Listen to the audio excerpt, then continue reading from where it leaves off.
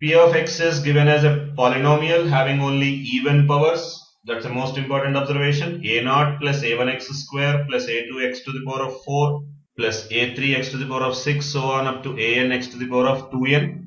And how are these a1, a2, a3, a0s? They are all positive real numbers. Then the function f of x maximum or minimum has to be identified. In fact, the number of maximums and minimums of f of x is required with the given condition.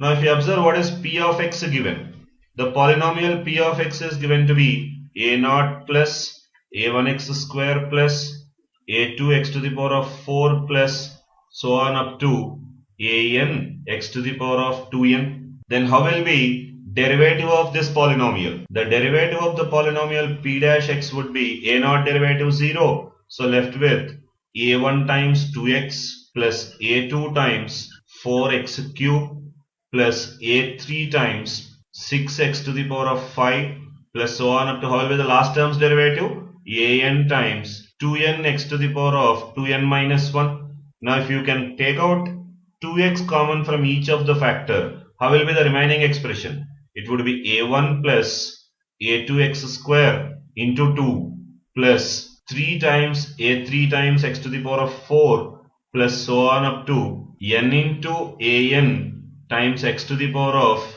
2n minus 2.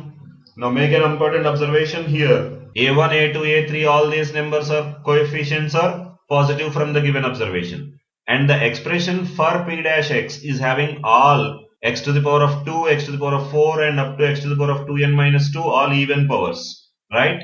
Then only this x which is outside the polynomial in p dash x will determine the sign of p dash x. So what do we conclude from the derivative? The value of p dash x would be positive when x is positive and the value of p dash x would be negative if x is negative.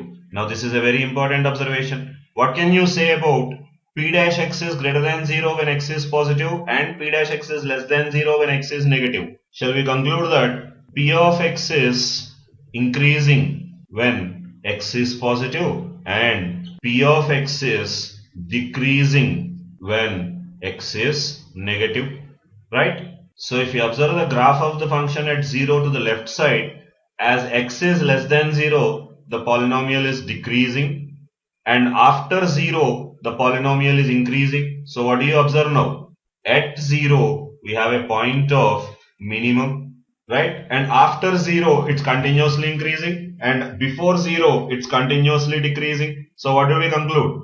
Only one point of minimum exists, and that point is at x equal to 0. So shall we conclude that p of x has only one minimum at x equal to 0, and on the left of x it is continuously decreasing, and on the right of x the function is continuously increasing. So which option does f of x satisfy?